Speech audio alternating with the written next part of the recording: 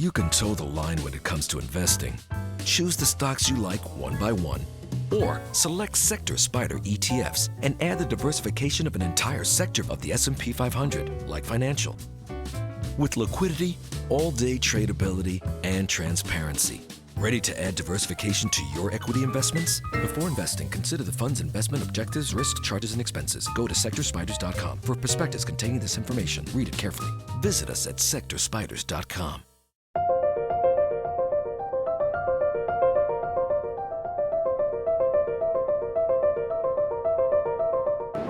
I'm Ron DeLegge with ETFguide.com, and we're pleased to be joined by Fran Kinniry. He's a principal at Vanguard's Investment Strategy Group. Fran, great to catch up with you. Thanks, Ron. Let's begin with the very difficult interest rate environment and climate for income-minded investors. Really, it's been since 2008. It's been, what, 5 years since the Fed instituted its zero interest rate policy stance. What type of difficulty has that caused for income investors? It's caused a lot of difficulty over the last 30 years, up until the global financial crisis. A balanced portfolio, 60-40, 50-50, typically had a yield over 4%, which is the recommended spending level. And since 2008, yields on a balanced portfolio have been under 2%. So investors who wanted income from the portfolio had to do some different things, such as maybe seek yield, which has unintended consequences of having higher risk to the portfolio. Yeah, it's a good point. And I want to hit on that, talking about this concept of total return versus just income investing. Explain to us a little bit more. Yeah, so income investing is trying to make the portfolio give you the income you need.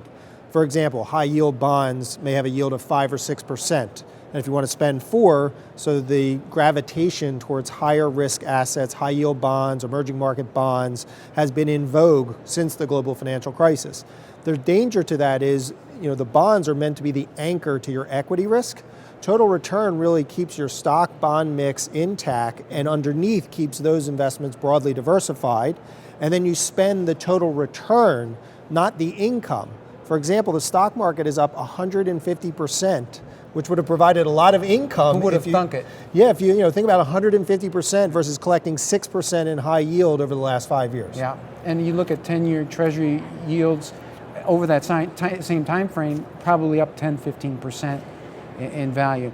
One last question about the implementation of the total return strategy. Tell us more.